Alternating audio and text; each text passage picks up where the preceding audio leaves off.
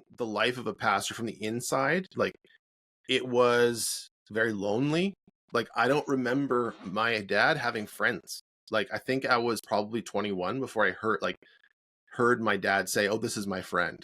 Like I'd never heard that. And so I didn't really see pastors having friends and seem having good connections. And I also saw some like really painful examples of like pastors being lightning rods for people. And this is I've come to see like this is actually part of what it means to be a pastor as well. Is like people sometimes they take out their frustration with God on you as a pastor sometimes. And man, that really sucked. Hey, my name is Joshua Gordon, and I am editor at theleadpastor.com. I am also a lay pastor. I'm a dad. Got so many children. Well, it feels like a lot for me. I'm an author, and I'm just love Jesus a whole lot. And this is my faithfully story. Could you tell me how your faith journey started? Okay, so I grew up in the church. So my grandfather founded a church, and then my dad married my mom. And then he became the lead pastor, and I'm the oldest son of in our family, and so you can kind of imagine the types of things I heard my whole life. I'm like, oh, I'm gonna be a pastor someday. And when I was younger, I thought that was awesome. And then I actually went to Bible college, and I don't know exactly why, but I burned out pretty hard. I got really frustrated with the kind of training I was getting, and I mean, everyone's story's got tons of twists and turns. But eventually, I kind of hit a spot where I kind of swore to myself, like I will never work for a church. I I'm done. Like I never walked away from Jesus. I always loved Jesus, but in terms of like what practically speaking, the body of Christ is going to look like on earth, I'm like I don't think we're doing church right. And reflecting back on that, I think that there's a ton of personal damage that I'd taken that I didn't really recognize at all. And so I would say that I experienced a lot of collateral damage at the hands of church. So going through college and then interning at a bunch of different churches, I had a lot of wounds, and Jesus took really good care of me and really good care of my heart. Over the span of probably 4 or 5 years, he brought some like really special people into my life. I got some counseling and processed a lot of the difficult stuff that I'd experienced, and kind of began to see and realize that I my calling to be a pastor was something I didn't have to work hard towards in a way. There's a moment where I feel like Jesus really kind of whispered into my heart, and he's like, Josh, you're going to be a pastor someday, but don't worry about it because when the time comes, you'll want it. And that was like so freeing to me. Like, oh, okay, when it comes along, I'll want it. I'm like, great. It like took so much pressure off of me. And so I would say that, I've been a believer my whole life. But I think my faith really began to sink kind of deep into the bedrock of who I am, probably in my mid 20s, give or take. And that's kind of when I would say I began to see, like, all right, my relationship with Jesus, the intimacy that I experienced with him on a daily basis, really kind of began to show fruit, I guess. Because I know that God, I mean, I love in Psalm 23. It says, "Goodness and mercy will follow us all the days of our life." I just imagine that, you know, God's got two big. I love Irish wolfhounds, and so just two big wolfhounds. Of one's called goodness and one called mercy, and kind of been chasing me my whole life. And so yeah, that's what I began to experience that a lot more in my mid 20s, and so now I'm 39 today, and so um, I was part of a church planting team 5 years ago, and worked on planning a church, and then I joined their pastoral staff. I'm a lay pastor about 3 years ago, and I started working at theleadpastor.com, which is a website specifically devoted to helping pastors and church leaders to streamline and make their day-to-day ministry more efficient so they can spend more money and more energy and more of their time doing the things that pastors get into the ministry to do. And yeah, so I've been there, started early this year. And so it's been really, really cool just to see how God's had his hand in my life the whole time, opening doors, closing doors. And so, yeah, it's been It's been quite a journey. It's quite a journey. Yeah, I would say like I love Jesus, but his bride's a little messy. 100%. 100%. There's a moment in my counseling experience where I was talking with the counselor. We were talking about like parenting and stuff, and I was like, I just struggled so much with the thought that, in the same way that I got a lot of damage, I think all of us do, like in our family of origin, and I was like, I just don't want to cause pain for my kids. And the counselor's like, Josh, like think like who's the best parent in the whole universe? I was like, well, God is. And he's like, how are his kids doing? And I was like, that's a great point. Like I don't have to be the perfect dad. Like I could be the perfect dad and my kids still can be screwed up and messed up. And so I have another great mentor of mine is a guy named Frank Friedman. He was a pastor for a bunch of years in Louisiana. And I remember he said to me one time, he's like, I love the church. I love the church enough, like that I'll fight for the church. Even that means sometimes I have to fight the church. And I've kind of seen that even in my time as a lay pastor too. There's times when loving someone requires being willing to step into conflict with them, and that's not really an easy thing to do ever, especially for me. Like I thrive on positive reinforcement. I love it when people like me, and so being willing to step into a place where someone might feel criticized, like, oh, I just hate it, but sometimes that's what love requires that sometimes. So it can be tough. Yeah, the strongest families fight, and that's why forgiveness and reconciliation is such a amazing principle, right? Yeah, I think so, for sure. So where was all this? Where did your grandfather settle and your parents meet? Yeah, so my grandfather was born in the Netherlands, and then he emigrated when he was 19. And so he planted a church right around little town, well, at the time it was a little town called Guelph, Ontario, in Canada. And so it's about an hour and a half from Toronto. And my dad grew up in that same area, and then my mom, so my grandfather's daughter. So they met, I think my dad was like 14 or 15. And so my grandfather actually led my dad to Jesus and then was a big part of his faith journey as well. And so that's where my mom and dad met. And that was a church that I grew up in. And then when I was 19, I wanted an away from home experience real bad. And so I felt like a kind of a call to ministry. And so I made a list of all the Bible. This is a terrible way to make decisions, by the way, but like I made a list of all the Bible colleges in Canada and like picked the most interesting names. And then it was like, okay, which ones are out of province? And so I narrowed it down to Rocky Mountain College in Calgary. And then I think there's like Bethany Bible College, I think is what's, if I remember correctly, it's a long time ago now. But that on the East Coast. And so I ended up flying out to Calgary, Alberta, and to check the school out. And there's some super cute girls there. And so that made my decision for me.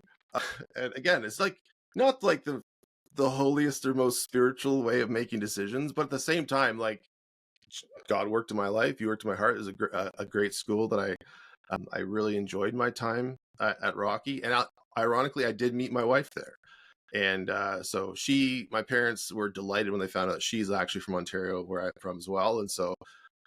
Yeah, so it was pretty awesome. So Yeah, isn't it funny that God uses all of our foolish decisions? Like we're like so sure about like, oh, this is the way, and then, yeah, but then, like absolutely. you said, if you never went there, you would have never met your wife. So there's all these contingencies that like kind of magically work out, you know? Yeah, 100%. And I think that's one of the things for me too. That's like one of those factors in my life that has brought me a ton of peace is knowing that like even if I'm afraid of making the wrong choice, like God will still use it and he still can use it, right? And so that's one of those things where like I think there's so much more safety in our relationship with Jesus than most of us give it credit for. The sense that like God knows us and he loves us and he accepts us like so much. Like he's not surprised by anything we do. He's not surprised by it. And I think that he's totally happy, very happy to work with the foibles of how Josh Gordon's brain works or how Danny's brain works or whatever, even those silly little things. Like, so I think that Romans 8:28, the all things work together for the good of those who love God and are called according to his purpose. Like, that's like a great safety net for my life. Like every once in a while, I'm like, okay, I don't know what to do with about this decision. And I'm like, well, if I just sort of kind of take the pressure off myself and know that God will use anything to, you know, for my good, for my benefit. That just takes pressure off and makes my life a little simpler, you know, if that makes sense. I don't know. What do you think about that? Yeah, I mean, as long as it's not like a defined sin, and some people take it too far with the logical conclusion of that's why it's a sin. No, it's like in the Bible, there's Yeah. clear things of like Yeah. the intent of the heart. But Yes. if you're just like out of all the good and gray options, just pick one because Yeah. those actions lead to more action, and that's just 100%. kind of like how life works. It's Yeah. like a Venn diagram of events. Yeah. Life is just a Venn diagram, man. Like we were saying, like 100%. So, what were some of the struggles that you're feeling in Bible college? Because for Mm. me, like when I was in undergrad, I like joined like a Christian club and whatnot, and then that first year, I was like, man, these are just hypocrites. And like looking back, like we're all 18 and 19, so like who knows anything, right? But like as a freshman, like a senior, I was like, oh, 4 year difference. Yeah. But that's why like the following year, I was like, okay, I'm gonna abandon the Christian club and just party with my roommates, and that was a lot of fun. Yeah. But I realized, oh, they're all the same. One's just saying they're, trusting Jesus, and the one's not. But Yeah. for you, what was the struggle in Bible college? That's a great question. I've thought about this a bit. I think if I'm really honest with myself, I think part of it was sort of like what you were kind of alluding to, that sort of a sense of, you know, I'm like, you know, 19 or 20. And so I don't know, like 19 or 20-year-olds just have this perfectly clear understanding of how the world works. And so like I had that for sure. And like, and so seeing such a disparity between what I thought should happen and then just the realities of what was actually out there, like it just kind of grated on me too. I think that something else that I really wrestled with as well was I think I didn't quite understand. I think there's probably two things. I don't think I quite had a clear understanding of what it meant to be a pastor. And because all the examples of pastors that I'd had, so my dad was a pastor for, you know, from my 14 or 15, he became the lead pastor of the church I was at. And then my grandfather's pastor for my whole life before that. And I just saw it, you know, seeing the life of a pastor from the inside, like it was very lonely. Like I don't remember my dad having friends.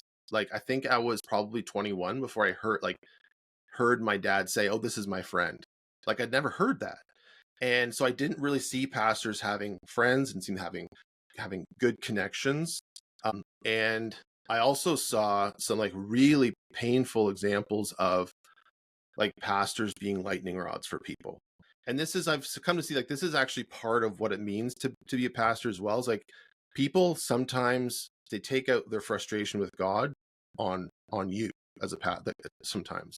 And man, that really sucks, especially when, you know, like seeing my dad, like I don't want to go into too many specifics, but seeing some of the stuff that my dad's had to experience. And actually, when I was in my Bible college years, my mom and dad both went through like an incredibly difficult time because of like a deep betrayal that happened. And a large part of it was because just who, like, they were just the leaders of the church. And so watching that, you know, like, oh, I don't want to do that. Like, I don't want to experience that at all. And I don't think at the time I realized how big of an impact that had on me in the moment. But yeah, I experienced a real frustration. Also through some of the church, like there were two churches specifically that I interned at. And in both of those, I can see now I really experienced mismanagement. That's what it was.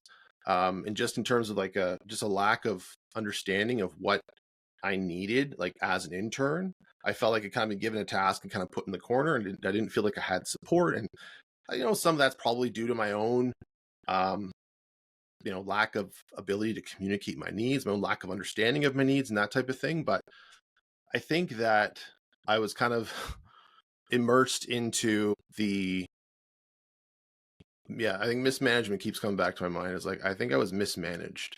And so that's really formed my heart now in the sense that I think God's used that, and he's redeemed that to help me to see the importance and the value of each person, you know, at New Life Fellowship. That's a church that I'm pastoring at. And each individual they have a special sacred, you know, value and worth, you know. And I was just actually chatting with my dad earlier today and just reminded of this great truth, like God's most precious resource, his most sacred resource is people. It's not money, it's not time, all those things, that as pastors you always feel like you don't have enough of. Like, no, it's people. That's God's most sacred resource. And so I think that lesson was really burned into me, in college. And so I would say, like, probably the other thing is, in college, I looked at the world and I saw, I think I'd read some stats at the time that said, in the next 20 or 30 years, like 70 to 80% of people in the world will live in an urban center, a major urban center. And I looked at the training I was receiving and I felt like I was just being trained to be a pastor at some tiny little rural church. And that didn't seem cool to me. That didn't seem flashy enough, wasn't sexy enough. And so I think there's some discord there as well. And, now looking back, I feel a little bit ashamed, or not ashamed. I feel like I'm okay. I just see my lack of understanding in that kind of perspective, and realizing there's a real special honor that comes with, walking with somebody over the long term, for 10, 15 years, and seeing someone, helping them, with their understanding of who Jesus is, and helping them to, just kind of walking them with them along that journey. There's a real special honor to that is way more important than, as fun as church metrics are, and as great as to see our numbers are growing and, their money's like, all that's really wonderful. But the point is, like, as pastors, our number one job is making disciples, right? And so there's a whole bunch of other stuff that comes along with that, but I think I didn't quite understand that in my Bible college years, which led to a lot of the, as I'm saying this, Mike, I'm realizing, my burnout was probably my own fault. It always is, brother. Oh man. Ugh. There's something about the mind and how we construct like a version of reality based on our perception, and a lot of that is just expectations. And deconstruction is like a dirty word sometimes in the church, but actually I don't think people are deconstructing their faith. I think they're deconstructing the expectations they had about their faith. And so, like, that's the beauty of God, is like, oh, all the little stuff that you think, the life you want, it's like poof, and then he gives you the life. And that's why what I've learned this year, actually, after 41 years, so I'm a late bloomer too, is a couple late bloomers, love it. Be faithful where you are to the day, and God moves us, So, like, I lived in Atlanta, I was in Philly, and like when I was in college, I went to Binghamton. But I realized, like he will make my life situations great or terrible, so that I'll have to leave and go somewhere else. But wherever I am, as long as I'm around his people, and witnessing like why I do what I do according to like who he is and his word, then that's enough. And I leave the rest to him. So my life has been simplified in that way, Oh yeah, 100%. It gets, and I think that's one of the things that the world around us doesn't get, like, and that's like a huge disconnect, I think, where there's this cool factor to being busy, or to having like, oh, I've got all these different things going on, and like I've had like biohacking and like all this, and like some of like is legitimately kind of interesting stuff and kind of cool stuff. But at the end of the day, like, I don't think that we as humans were designed to thrive well in that kind of a scenario, in that kind of a situation. Now, the reality is we're kind of plunked into that culture. And like, I wish I could change culture, but I can't. I have control over my own mind and my own thoughts. I definitely don't have control over my own. I'm a feelings. I'm a big feeler. My feelings are big. So being able to like sort through my own emotions and like, okay, what's going on here? And like, but it always comes back to simplicity, right? I was thinking about, God took the prophet Elijah or Elisha. I always get the two mixed up, but, and saying, I'm going to show you myself. Right. And it wasn't in the huge, impressive fire that blew through. It wasn't through like the massive, all encompassing storm. Like, it was like the still small voice. And that's what I'm realizing is like, God speaks in a still small voice. I wish it was, like, I don't know if you grew up watching the Hanna-Barbera movies, right? And it's like every time somebody prayed and God spoke, there's always a beam of light that came down. And I was like, I need a beam of light. Come on. Like, but like, that's not how it happens, right? Like, it's just in the still small voice. And that's one thing I'm realizing too, as a fellow late bloomer, is that God's leading. I think sometimes I think it's just me, because like God speaks in my mind through our minds, right? And so, and he speaks through a lot of different ways, but I think that a lot of times he leads through my own like desires. And I caveat that in the sense, like what you're saying, there's like the obviously, like if we've been made one with Christ, like I think it's in Romans says what we have, and like our hearts have been made new, then we can trust our own hearts. And but being able to sense God's leading, like that's a skill. It takes time, it takes practice to risk getting it wrong, and that's again with that Romans 8:28, such a wonderful safety net, right? The other thing is too is God, where God leads, there's peace. And so for me, following God's peace in my life, and again, it's they're simple things, right? And I think that our lives can be simple and not easy. Simple and easy are not the same thing. I wish they were, but they're not. And so I think that's the kind of the life that God wants for me, is one where I'm able to relax in him regardless of the circumstances. I'm able to experience peace and joy, and the fruits of the Spirit regardless of the types of circumstances I find myself in. And that's, if you really think about that, like, how many people do you know who you could say, oh yeah, well, that's a really peaceful person or a really joyful person, but that's what a life, that's the results of a life lived trusting Jesus and risking with Jesus. Does that make sense? Or Yeah, perfectly. Like, one thing from the previous things you said is, I no longer say like be perfect. Like, I'm not perfect, and people say I'm not perfect, I'm not Jesus, but like my counter argument is that you have the Spirit, you have the same Spirit, so you yeah, are, right? 100%. But I don't think the Christian life is about being perfect. Like, I think it's accepting the fact that we're special, right? Yeah. Because people are not perfect. He's No. perfecting us, but Yeah. we are special. Yeah. And throughout all the mess, it's this life of constantly like getting hurt. Yeah. Because when you love something, it's you're you're signing up for getting your heart destroyed, right? And saying like, okay, it's okay, I'm gonna get through this. But yeah, it's also realizing without the mistakes, and like startup life teaches you this like real fast. Like, you have to make so many little mistakes, Yeah. not big mistakes, little mistakes, and it'll teach you and guide you. And I think that's what I've been learning, that like God really only cares about faith. Like, he's teaching us how to trust him, yeah, and trust ourselves in the way we try to obey, right? Yeah. So even if we obey imperfectly, it's like, okay, let me go back to the word. Because Yeah. one thing that's simplified my life is understanding everything in scripture and language. There are patterns that God is teaching us, the pattern of his character, the pattern of our relationship to him. And so when we see that reflected in the world and with each other, that's when I'm like, my emotions aren't conforming, or like it feels wrong, but he's telling me to do it. So one example is like I've shared on this podcast, like living with my mom has been the best and worst thing in my life.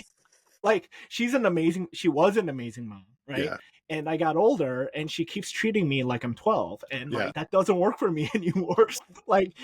But he worked out a lot of anger issues that were triggered, because in my mind, if you cross my personal boundary, I have the reason or justification to lash out and be angry at you. Yeah. And God's like, no, the only boundary you have is your body. Right? So as long as they don't touch me, whatever they say or do, like change all my stuff, that's fine. I'm like, okay, Lord. And especially because she's my mom, so I can't.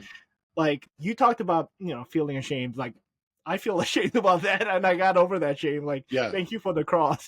Yeah. But yeah, a lot of it, I think it really is like understanding, okay, everything in my life, I kind of have to be selfish in that way. Like, it's about me to learn how to trust the Lord with my thoughts and my emotions, and do what he says, because some way, somehow, doing it the way he wrote out, right? Living full abundant life. Because I think that's another thing we don't talk about in the church, is that like Jesus talks about being fully alive, right? And in the beginning, like, of my Christian walk, like, you think Jesus is crazy because you're like, give up everything. It's like, what? Seek ye first the kingdom. Like, what? Yeah.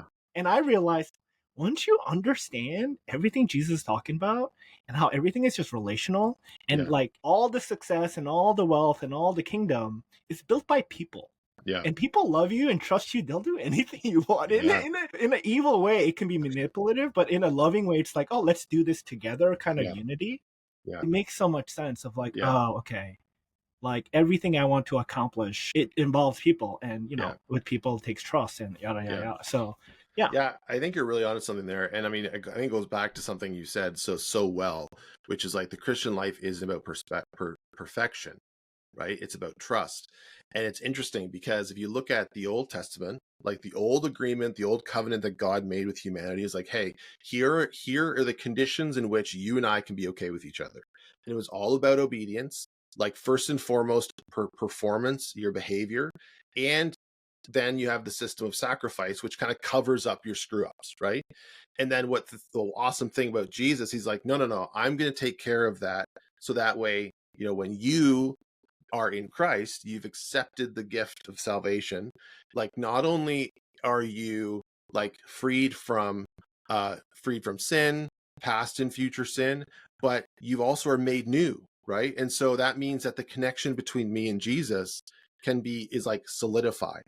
And so that means that I no longer have to judge my behavior by, did I hit this standard of perfection or performance or behavior? It's like, no, like the conditions of success now are, did I trust Jesus? And the interesting thing with that is like trust is just so dependent on relationship.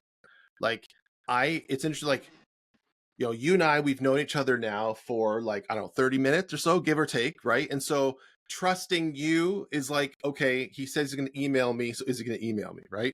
Whereas like the type of conversations I have with my wife, who I've known for like 20-ish years, like what trust looks like for Josh and Sarah Gordon is actually, it looks way different. And like what trust looks like is going to be different for each individual person.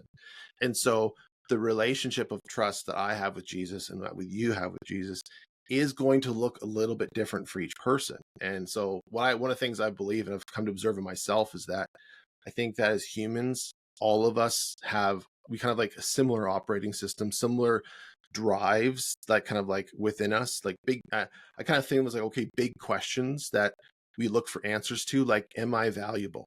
Right? Like, am I worthy of love? And there's tons of those types of questions, I think, that drive us a lot. And I think that shame is often a byproduct of having that answer inside being like dependent on my behavior, not on my standing with Jesus. And so what I've seen is that, you know, if like shame is measured in terms of like the amount of shame that I experience, like the more that I'm learning what it looks like for me to trust Jesus, the more I actually am risking that trust with Jesus, like the less and less shame I'm experiencing on a day-to-day basis. Now, again, I tend to be an emotional person. And so I feel a lot of feelings. And so shame is something that I do battle with consistently. But the answer to my shame is not just, you know, like, here's an example. Maybe it's TMI. If it's TMI, we can just scrub this from the recording, right? But I like, love TMI. okay, perfect, perfect. So like I've struggled with body image issues for much of my life, right? And so, but what I can say is that over time, as like Jesus has led me through various healing experiences, and the weird thing is that very often healing experiences are on the heels, or like just come after like a really painful thing, where somebody says something that just like, oh boy, like it just hurts and it cuts deep for whatever reason. And I'm just like suddenly rocked with shame out of nowhere. And I mean, we all know what shame feels like. We all know the headspace it can put you in. And I'm like left like, Jesus, is this like, I don't even know what to say right now. But like I'm just like feeling horrible.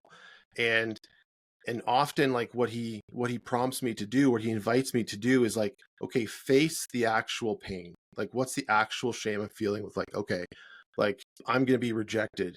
My close friends are gonna reject me because I'm too fat, or because or I don't look good enough, or because whatever, right?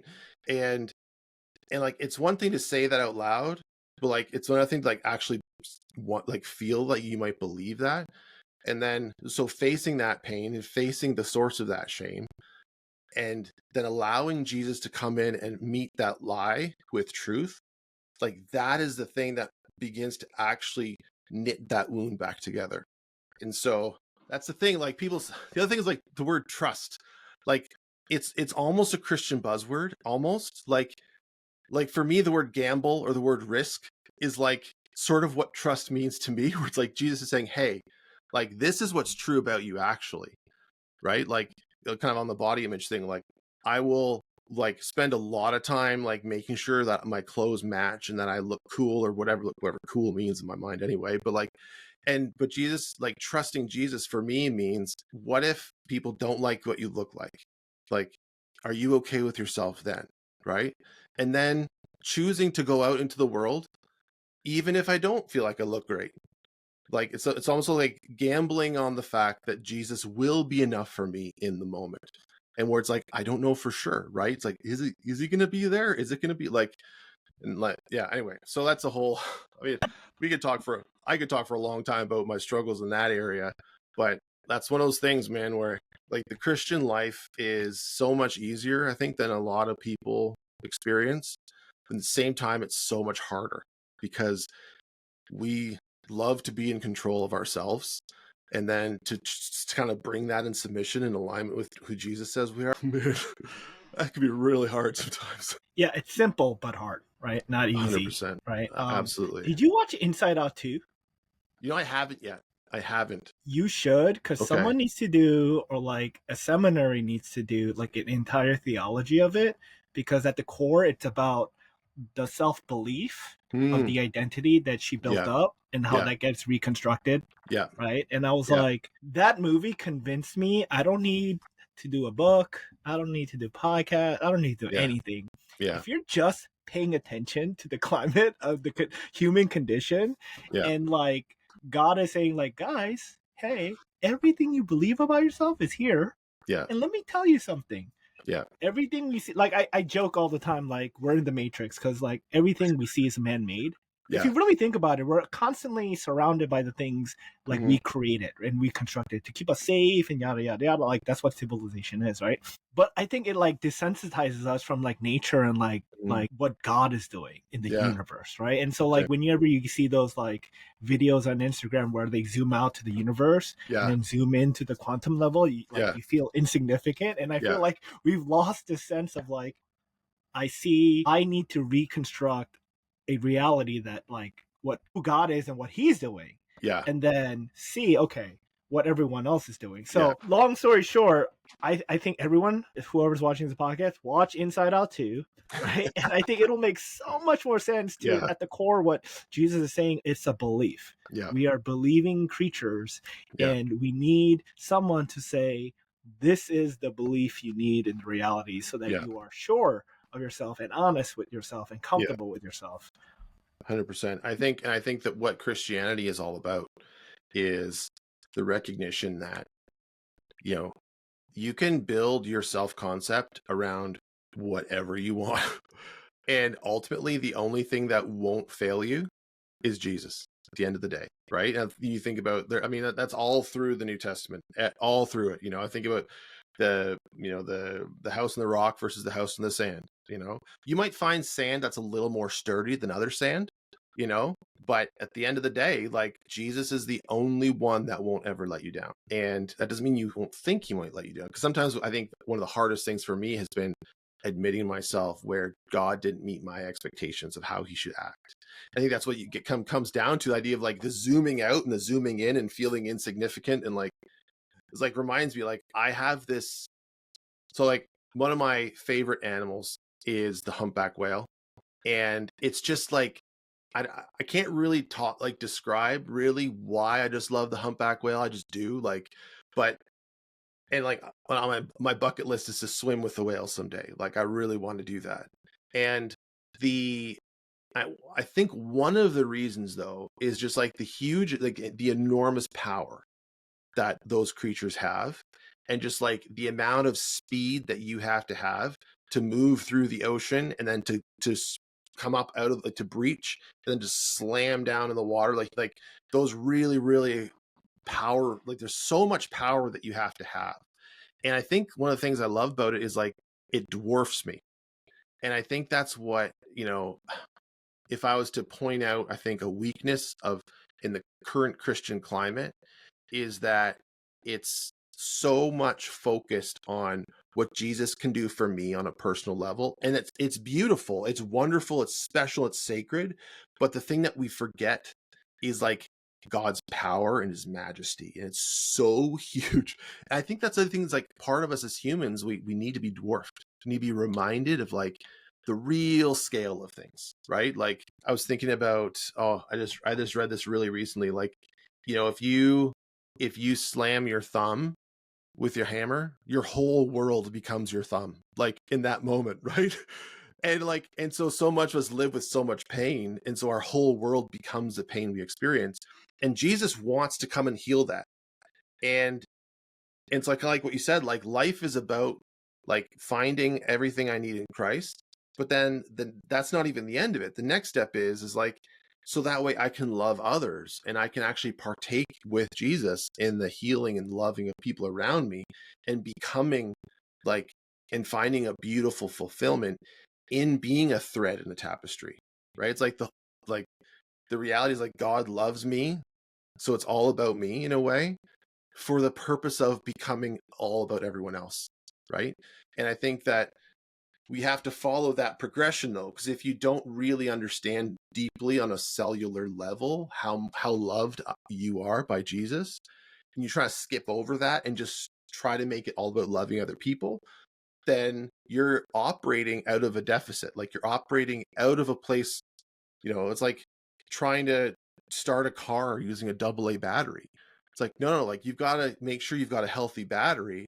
It's like everything we need is in, I think in Peter, First Peter, I think it talks about we've been given everything we need for life and godliness. Like there's nothing that's missing.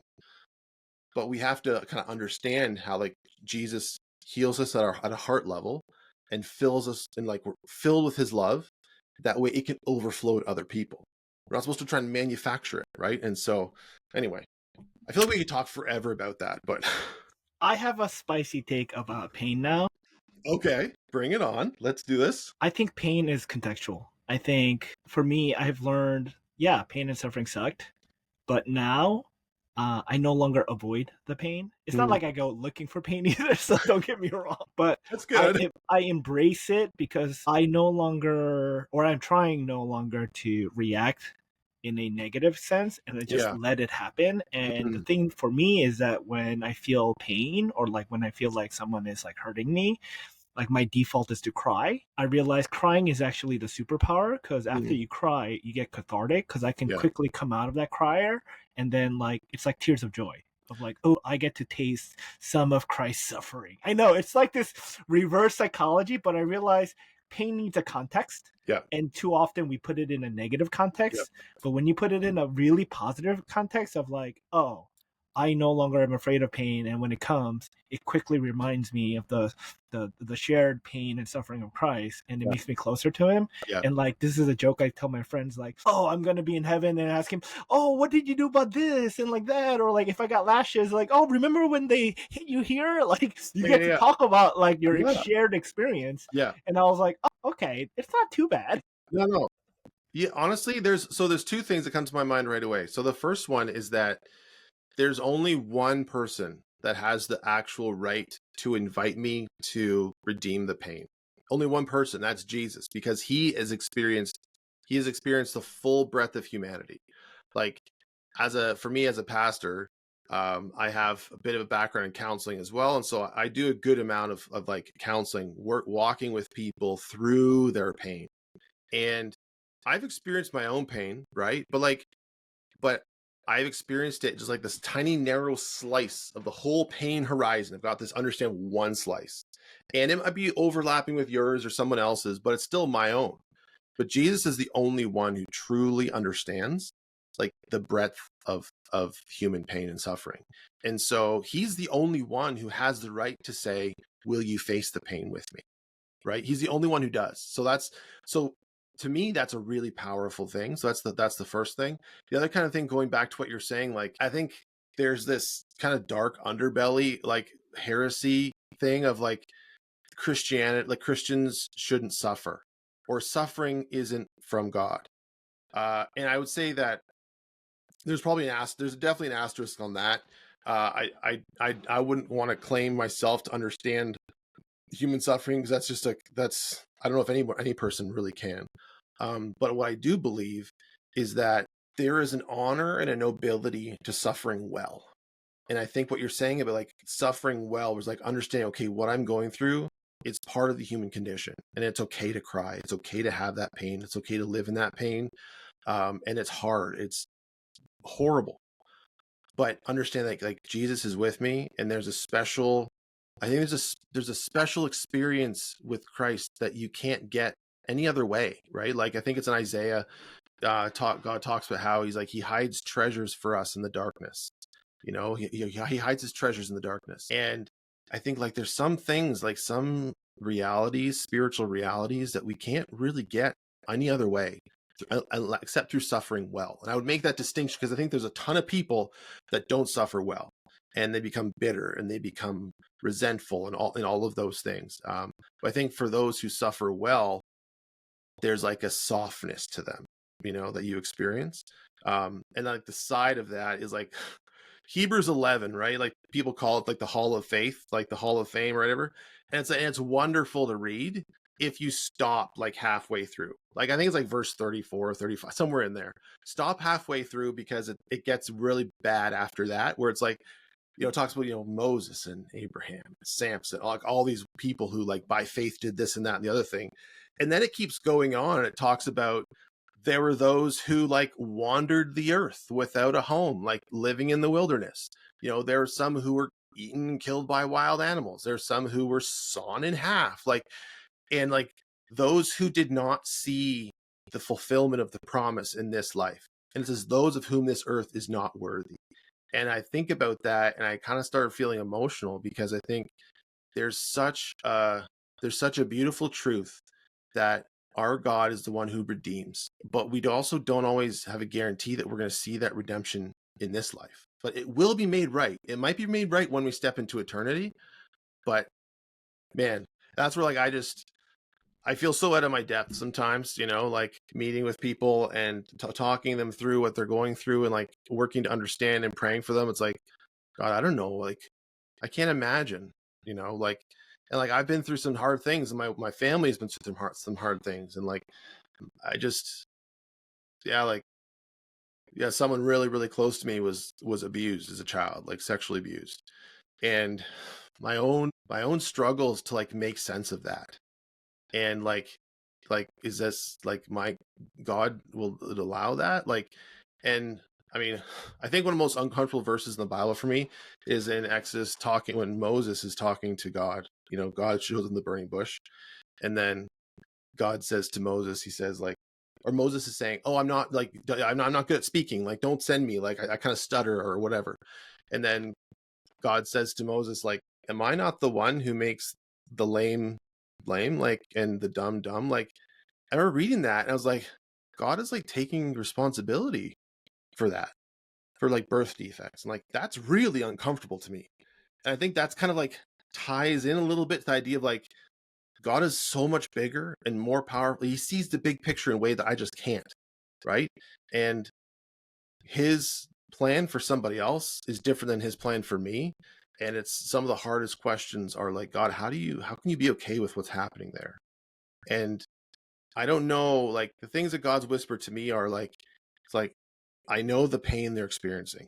And like, it kind of goes back to like, he's the only one who actually has the right to ask someone, will you face this pain? Like he's the only one who does, because he did it. Right. And so, and he promises to be with us and to provide all that we need. And, but it's deep. It's like a deep question, hard questions. And I think for me as a pastor, my life got a whole lot easier when I realized like I don't necessarily have to have the answers to those questions for people, because like I think a lot of times we as pastors or people in church ministry, we have this pressure that we have to be able to make it better for somebody. But again, coming back to what we were talking about before, like trusting in Jesus means it's into my intimacy with him. And like these are questions that I can offer some thoughts to for somebody if they're going through it. But at the end of the day, it's like Jesus is going to speak to them in their heart and the way that they need to hear. And so it's like, how can I help other people to hear God's voice? How can I point God's voice out a little more clearly and that kind of thing? So yeah, deep Yeah. stuff, man. Yeah, the only reason I brought it up is because I think there's this misunderstanding, at least in my perspective, that, being healed from trauma and pain means you're going to be pain free. Yeah. But that's not the case. Not always. It might take years for you to emotionally detach. But I realize that's also a superpower when I'm able to tap into those painful memories and cry with those people who went through similar experiences, Yeah. Because 100%. now we have this shared pain, you know? And so I just want everyone to know pain is actually good if used for the right purpose. And I think that's where God is wise, right? Yeah, 100%. I love the thought of God being like a physiotherapist. Like I dislocated my shoulder like a bunch of years ago, and boy, that hurt. And then what hurt almost as much was the physiotherapy after.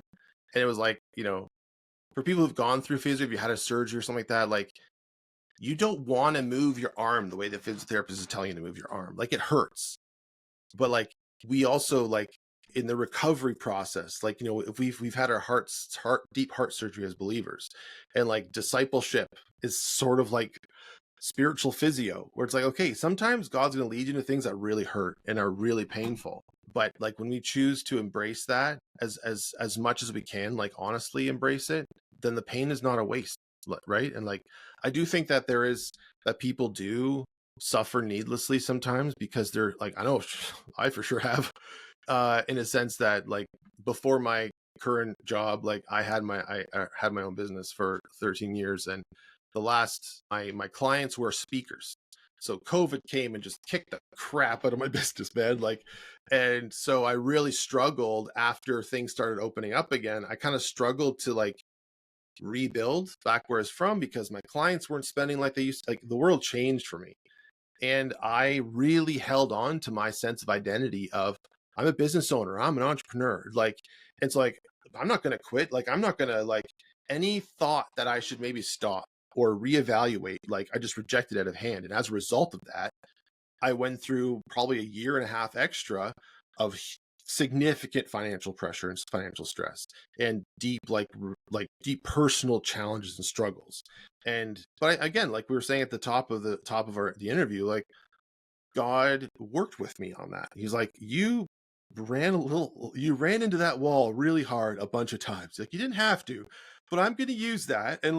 And so now I'm a little softer inside, and like I have a bit more understanding for people and a bit more compassion, and he's provided. Like, I mean, I feel I'm so fulfilled with my job. Like my employer's like a Black and White Zebra, they're a media company, and they're all the sites, like I think they're on like portfolio of like 17 or 18 different websites, and they're all about helping people to win at work.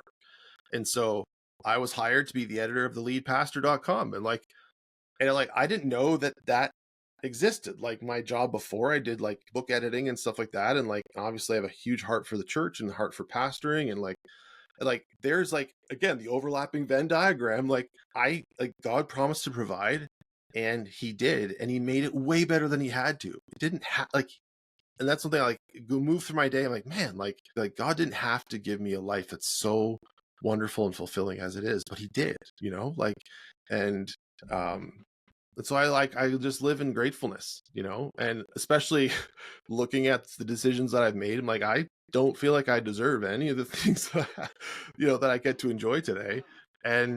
But it's a gift from him. And so I'm just super thankful and super grateful. And yeah. Yeah, I'm in a similar spot. Like, I have zero reason to ever complain about anything because my life is like I'm pretty creative. spectacular. I can usually find reasons to complain. No, but compared, again, all relative, compared to how my life has been, like, I'm in the best place in my life. And I know 10 years from now, I'm going to be like, that wasn't that great because it'll be better, Yeah, 100%. Because internally, I'm not saying my external circumstances are bad. I'm just saying internally, I've just, have so much peace, love, and joy. So what can you tell us a little bit about the pastor? What was it? Theleadpastor.com. Theleadpastor.com. Like, how'd you get connected with them? What's that about? So theleadpastor.com, as I said, it's part of a portfolio of websites. It's owned by Black and White Zebra. which is a media company based out of Vancouver. And so each of the different sites is kind of based around a specific career. And so it's resources like web page articles, ebooks, communities, all sorts of resources to kind of really help a person really thrive and flourish, to do work really well and to enjoy their work really well in a specific career. So leadpastor.com was started in 2019. And I was hired in end of February of this year, 2024, to kind of take it and bring it up to the next level. So the site specific, like the vision that I have for it, my real heart for it is obviously for pastors and for church leaders. Because at the end of the day, I mean, I don't know of any pastors that got into ministry because they love generating church finance reports, or like setting up volunteer schedules. Like that's like the bane of, like, for a lot of the pastors I know, like that's the bane of their existence, like those admin managerial type things. Now the thing is, it's so you can't really separate that from the role of being a pastor. Like it's part of it. It just, for me at least, and for pastors like me, it can be just draining, right? And so the leadpastor.com, the vision I have for it is to make doing that stuff as simple and straightforward as possible. So with software, information, all that stuff, so that way you've got the energy and you've got the vision and the space in your mind and in more funds, etc., to be able to put towards the reasons that we got into ministry in the first place, like discipleship and like study and then preaching and prayer and all that stuff.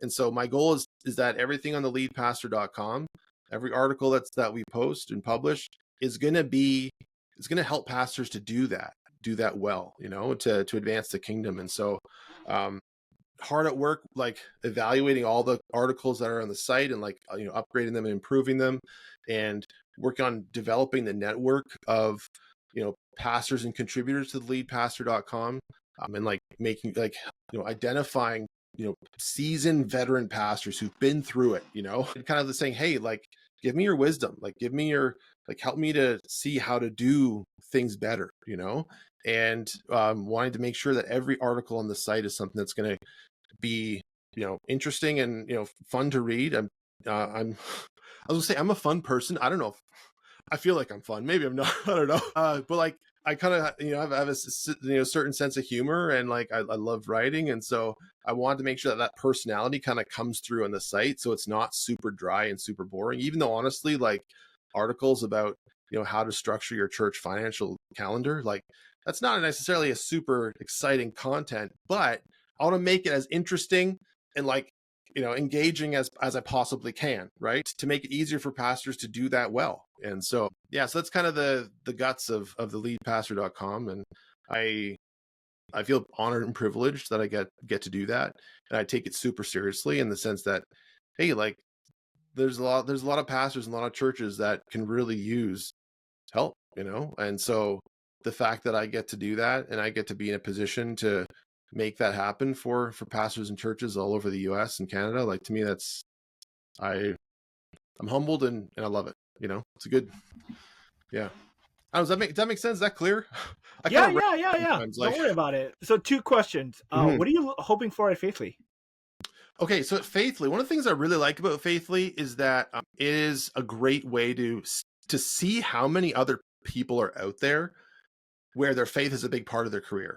And so, I mean, I got to meet Alicia, and so she's actually contributed an article to leadpastor.com. I hope she's able to contribute more. And one of the things that that article talked about is how for pastors, like LinkedIn is something that is sort of the default, like that's the place to connect with other people on a professional level. But LinkedIn hasn't worked for me at all on that space. And so when I set up my Faithly profile in the Discover tab, I'm like, man, there's like so many other people here who love Jesus, and that's a big part of how they operate. And I didn't really realize how, this is going to sound a little dramatic, like I didn't really realize how kind of like alone I felt as a Christian professional until I saw Faithfully, and I was like, I'm not the only Christian professional. And I knew that mentally, of course, right? But I felt like I kind of was, and, and realizing, oh man, there's tons of other people here, and they're here because they're looking for connections with people like me. And that's one of the things I think with pastoring that is like unnecessarily difficult, is that as pastors, the expectation basically is that you're sort of like above people. And so, rightly or wrongly, you end up kind of being at, people say it's lonely at the top, and it's like, it's not supposed to be that way in churches, but it kind of is. Like, and so a lot of pastors don't feel like, and I myself, like, I struggle with this, like, I don't feel like I can be open and vulnerable with the people in my church, because suddenly my pay, they have control of my pay to an extent. And so, like, oh, if I'm struggling with an addiction, or I'm struggling with this unhealthy habit, or whatever it is, like, the tendency to like keep that closed, right? And so it's very hard to develop a sense of having peers, right, as pastors. And so that's one of the things with Faithfully I think is awesome, is wonderful. And so I think that's one thing about Faithfully. I think there's a ton of opportunity there for myself to like start connecting with other people, to develop relationships, yeah. You can create a secret group and complain about your congregants. That's what I tell pastors. Yeah, you could do that. I don't know if I would. I think I think it's important to have safe places, of course, right? Like, and that's one of the things that, so the way that our church, like New Life Fellowship, is structured, so it's different than a lot of other churches are, in the sense that we have 4 pastors. So maybe we have like we're coming up on 200 people in the church. So we have a 1 full-time pastor, and then a part-time, then 2 of us are lay pastors. And one of the things that I'm so grateful for is that I do have a place in that group of 4 of us where I can go and I can complain. And I know it's not like, I know it's the flesh, right? But it's like, I just need to get stuff off my chest with people who love me, and they're committed to seeing the real Josh, and they're not afraid of me sinning, if that makes sense, right? Like, they're not afraid of that, and they're committed to me beyond that anyway. Like, we have that safe place, like, man, like, when you can speak truthfully about how you feel and what you're thinking in a safe spot like that, there's so much value there, I think. And so I think that's what a lot of pastors and a lot of churches are missing, as I'm so grateful for with New Life Fellowship, is like that, hey, like, number one, our church culture is very open, it's very transparent, and it's okay for pastors to struggle and have a hard time with stuff. Like, I don't know how many other pastors would be comfortable talking about body image issues, but I am, and I have, right? And so yeah, so it's like, it's one of those things, again, that's like what Faithfully has to offer, I think, is something that is desperately needed in Christian church culture and community. Even then, you still need outside counsel, because it's like, yeah, you can be best friends with your wife, but when you get into a conflict with your wife, you need someone else to talk to. So yeah, 100%. Yeah, and I swear, like, my perspective now is that God just sees all of us as like little toddlers that can talk. So anytime someone is like boasting, I'm like, oh, you're a 2-year-old, like, showing off. Yeah, totally. There's a great quote, my friend Frank, I mentioned earlier in the he said, when we're willing to be toddlers, like we're willing to be like with childlike with God, then we end up acting like adults with other people. But if we try to be adults with God and try to be all polished and come across the right way with God, then we end up being childish with other people. I was like, man, there's just some real hard-earned wisdom in there. Like, and so I think that God, yeah, it's weird. Like, I think he sees me as I am, right? And he's okay with me as I am. And he loves me enough not to leave me where I am. Like, he's constantly wooing me and inviting me deeper, but yeah, I think sometimes he's just like, oh, Josh, you're just, like, and not in a bad way, but like, just in the way you see, like, like a toddler, like a little kid, like, man, I love you. Like, and I love that you're trying really hard, but like, there's such an easy way to do it. But like, I also respect, and that's the thing too, God respects me. Like, that's wild. Like, to think about that, like, he respects me, and he's not going to force anything on me. Like, he'll move at the pace that I allow him to move. Right. And yeah, there's just so much more there, because it's about like parenting, and like, if you tell your kid everything, they're never going to learn, and yada yada.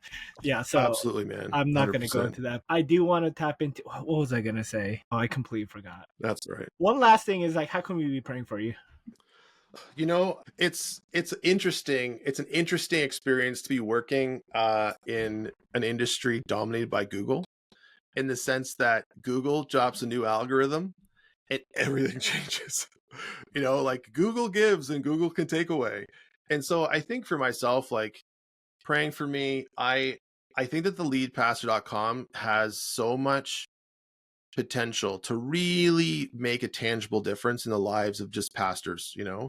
And that's my heart for it. And that's what I really want. And so my heart, like my desire is that I learn the things I need to learn. I learn to do it well, and that I can grow the site, and like every article is like good, like well done, you know? And so that's a I feel a real sense of, oh gosh, to say a sense of destiny feels like way too grandiose. Responsibility, you know, like and it's a sense of timeliness, like the timing of me coming on to take over the site. Like, yeah, I just feel like God could do some really wonderful things there, and I just want to hear His voice well. Does that make sense? Like, Yeah, perfect. yeah. Yeah, thanks for coming on, Josh. This is great. Oh, Danny, I loved it, man. Anytime, happy to talk through this, the just the small things like human Yeah. suffering and trusting Jesus. We'll make a secret group so that we can We'll talk about it. make 100%. All right, that's it for the podcast. Bye, guys. See you guys.